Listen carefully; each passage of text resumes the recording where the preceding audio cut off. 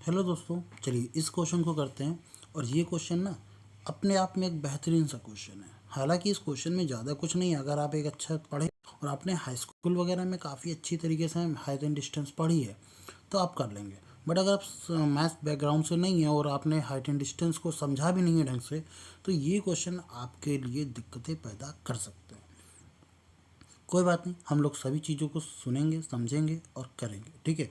बड़े क्वेश्चन को पढ़ करके स्किप करने की गलती मत करना, क्योंकि स्किप करने से क्या होता है, आप अभी का 1-2 मिनट आप गवा देते हो कि अरे हटाओ।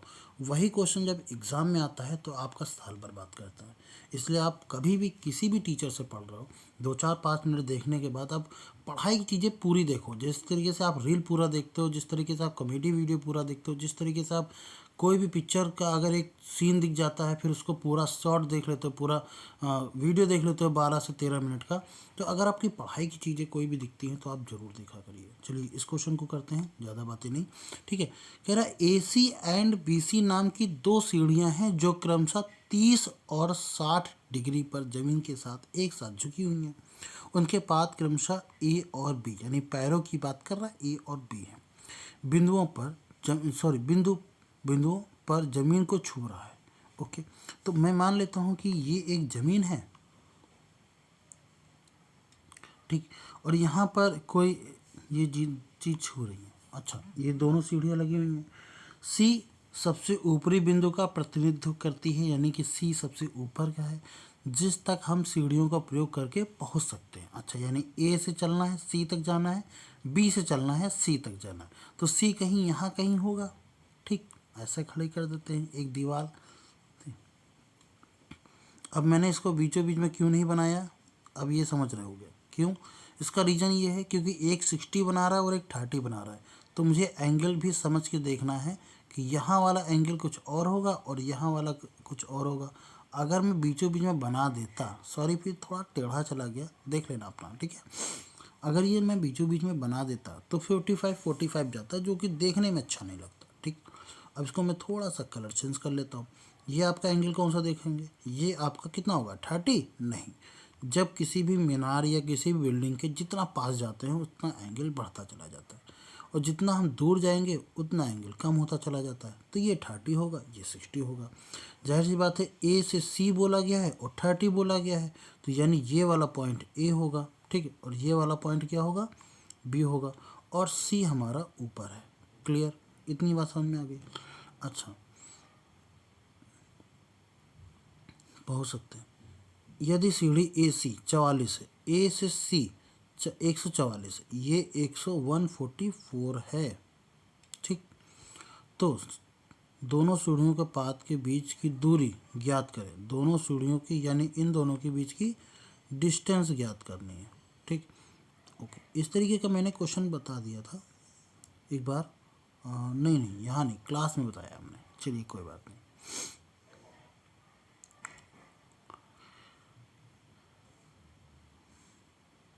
यह देखते हुए कि वे बिंदु सी की, अच्छा सुनो सुनो, गजब, ठीक है। यहाँ ये पढ़ लेना क्या, विपरीत है, ये ध्यान रखना विपरीत। तो सी के विपरीत बिंदु हैं ए और बी, यानी हमारा चित्र सही बना है। बहुत बच्चे क्या करेंगे, चित्र को ऐसा भी बना सकते हैं, कैसा, इस तरीके का। एक पॉइंट ये है, एक लंबी सीढ़ी है, एक छोटी सीढ़ी और एक लंबी सीढ़ी है, क्या दिक्कत है। ये ए हो गया, ये बी हो गया, ये बी हो गया और ये सी हो गया, ठीक। और ये 60 हो गया, ये 30 हो गया, और इन दोनों के बीच की दूरी ज्ञात करनी, ये भी हो सकता था।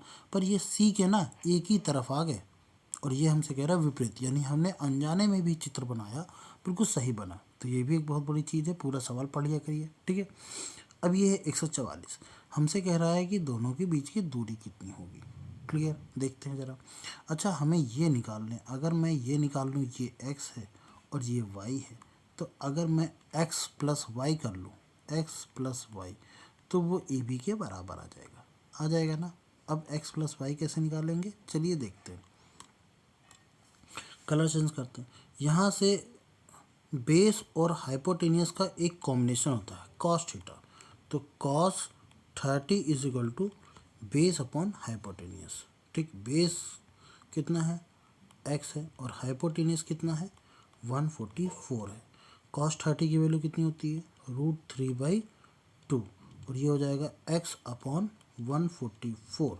डिवाइड करेंगे इसको तो ये 72 आ जाएगा, यानी x की वैल्यू आ जाएगी 72√3। ये चीज़ ध्यान रखना, ठीक है।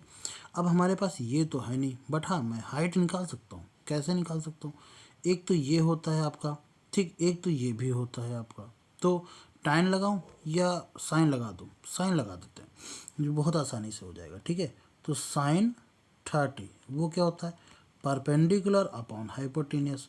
तो साइन 30 की वैल्यू होती है 1/2। परपेंडिकुलर हमारे पास पता ही नहीं, सॉरी पता नहीं है, ये मैंने h मान लिया। कितना मान लिया, h।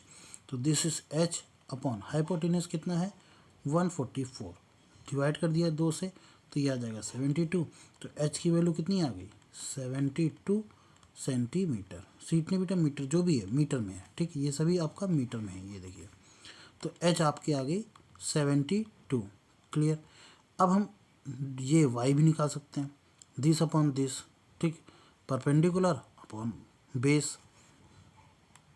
tan 30 की वैल्यू लगाएंगे, tan 30 नहीं, एक्चुअली ये कितना लिखा हुआ है 60, तो हम लगाएंगे tan 60। tan 60 is equal to क्या होता है, परपेंडिकुलर अपॉन बेस। ये आपको ट्रिग्नोमेट्री में पढ़ाया जाता है, आपको पता होना चाहिए। नहीं है तो एक कोने में आप कहीं लिख लीजिए, ट्रिग्नोमेट्री का एक नोट्स बनाइए, उसमें सब लिखिए ये सब चीज़ें, ठीक है। tan, और अगर आप बोलेंगे कि ट्रिग्नोमेट्री पढ़ाइए तो मैं ट्रिग्नोमेट्री भी इसमें इंक्लूड कर दूंगा, कम से कम 3 से 4 क्लासेस रहेंगी बस। तो tan 60 का मान कितना होता है √3, ठीक है। ये सब वैल्यूज़ होती हैं। √3 परपेंडिकुलर कितना है 72, परपेंडिकुलर मतलब हाइट, हाइट कितना है 72, और ये b कितना है आपका, वो हमें निकालना है, बेस, बेस यानी y, ठीक।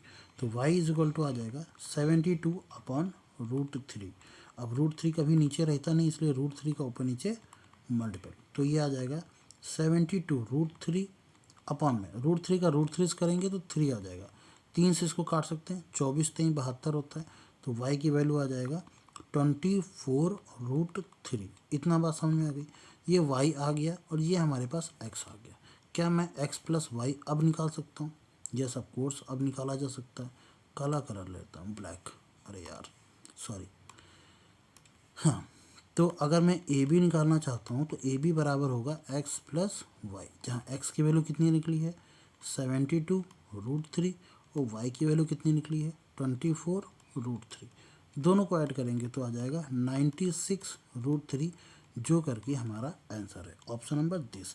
क्या तो अब इसमें करने में तो बहुत समय जाएगा। जी हाँ, आपका ये मेंस का क्वेश्चन है और इस मेंस के क्वेश्चन को इतना करने में आपको कम से कम 1 मिनट तो लगेगा, ठीक है। बहुत ही फास्ट करेंगे तब 1 मिनट से नीचे आ जाएगा, अदरवाइज़ ये नॉर्मल तरीके से देखा जाए तो 1 मिनट का समय लगेगा। और मेंस के क्वेश्चन इसी तरीके से होते हैं जो आपका अच्छा खासा टाइम कंज्यूम करते हैं, और एक क्वेश्चन आपका 3 नंबर का होता भी तो है। तो आपका जब भी एक क्वेश्चन सही होगा 3 नंबर की बढ़त मिलेगी आपको।